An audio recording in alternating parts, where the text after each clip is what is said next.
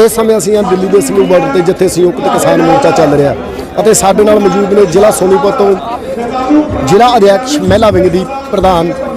ਉਹਨਾਂ ਨਾਲ ਅਸੀਂ ਖਾਸ ਤੌਰ ਤੇ ਉਚੇਚੇ ਤੌਰ ਤੇ ਗੱਲਬਾत ਕਰਾਂਗੇ क्योंकि इस मोर्चे में किमें पहुंचे लोग। हाँ जी बहन जी, कहाँ से हैं? सोनीपत से। कैसे आप देखते हैं इस किसान संघर्ष को?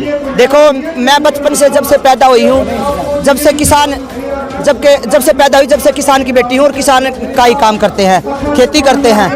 और अपने भाई, मैं श्रीमती रमेश अंतिल, जिला अध्यक्ष महिला विंग की, चंदूनी साहब के साथ हम कंधे से कंधा मिलाकर काम करते हैं।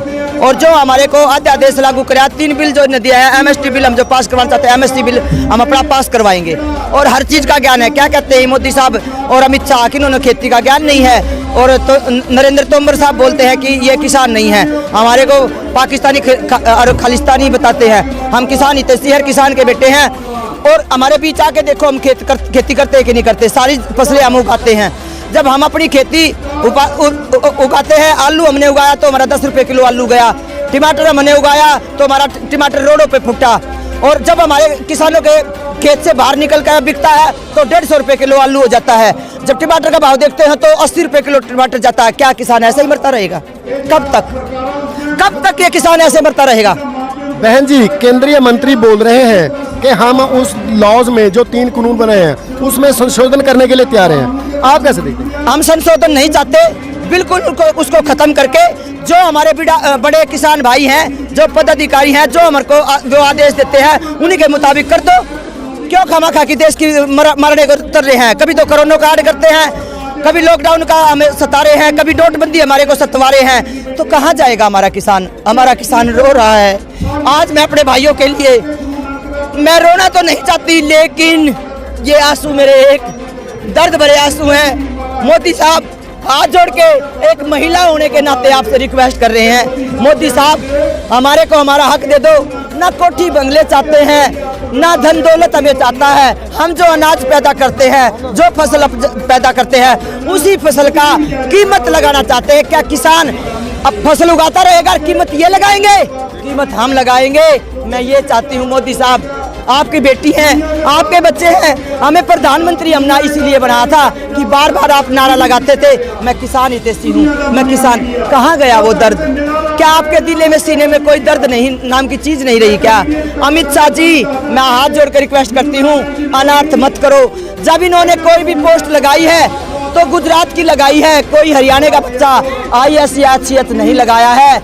मैं बड़े दुख के साथ कहती हूँ, जब हमारे पहराव पे ये कहते हैं कि ये तो कोट पैंट पहन कर हैं, तो मैंने भी आज अपना सिलवार जंपर पहनना छोड़ दिया और पजामी का सूट पहनना शुरू कर दिया। और पजामी में हल चला कर दिखा।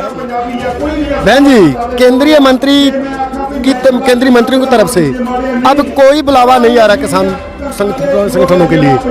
आप इस संघर्ष को कैसे आगे लेकर जाओगे? हम तो भाई साल भर का राशन लेकर बैठे हैं, 4 साल रह रहे हैं मोदी का, हम 4 साल तक भी बैठ कर दिखाएंगे। और इस पर रोटी पुआ के दिखाओगे, राल चलवा के दिखाओगे, धान कटवा के दिखाओगे, टमाटर तड़वा के दिखाओगे, किसान कैसे अपनी दर्द को और कैसे खेती जमीन को फाड़ के अन्न पैदा करता है।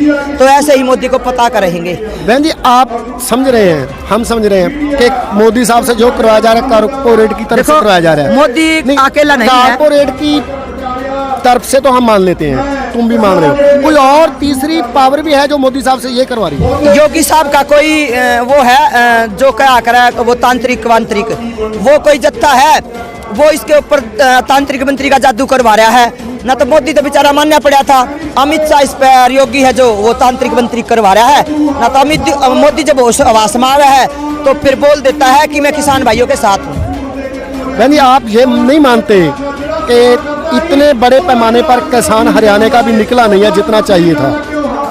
नहीं, आने लग रहे हैं। देखो आप, पानी करनाल से पंजाब से सीधे देखो आप कितना जत्था हमारा किसानों का है। और अभी तो हमने रोक रखा है, कहीं जरूरत पड़ेगी जब बुला लेंगे, अभी तो हम नहीं रोक रखा है। बहन जी बोल रहे हैं कि बाकी जत्थों को हमने रोक रखा है। हमारे साथ और कुछ औरतें, हम उनसे पूछना चाहते हैं। बहन जी, आप कहाँ से आए? हरियाणा से। कौन सा गाँव? सोनीपत डिस्ट्रिक्ट। आप कैसे पहुँचे संघर्ष में? अपना हक लेना आए हैं जी। कौन सा हक? 3 हक से हमारे। मोदी साहब तो कह रहे हैं कि हक तो हमने दे दिए हैं। हक है, जमींदारों का हक है, किसानों का हक है। आप 3 कानून के खिलाफ आए हैं, 3 कानूनों के खिलाफ आए हैं। उसका हक मांग रहे हैं कि वो उनको खत्म किया जाए। हमें अपने एमएसपी का वो चाहिए ना, लिखित में हमारी कौन सी फसल कैसे बिक रही है, किस रेट। बहन जी वो तो लिखित में तो दे रहे हैं कि उस लॉज में आप संशोधन करवा सकते हैं, आप रद्द करवाना चाहते हैं। हाँ तो वो लिखित में नहीं दे रहे ना, हमें हमारी फसल कैसे किस रेट में जाएगी, किस उससे जाएगी, हमें लिखित में चाहिए ना। माता जी आपकी उम्र कितनी है? कितनी? 58 साल। आप कैसे देखते हैं, आप कैसे देखते हैं संघर्ष को? के संघर्ष हमारे जब बालक अड़ बैठे, हमारे बुजुर्ग अड़ बैठे, हम करा क्या करांगे? हम अपना हक लेवांगे, अपने बालका की घर जीवांगे मरांगे।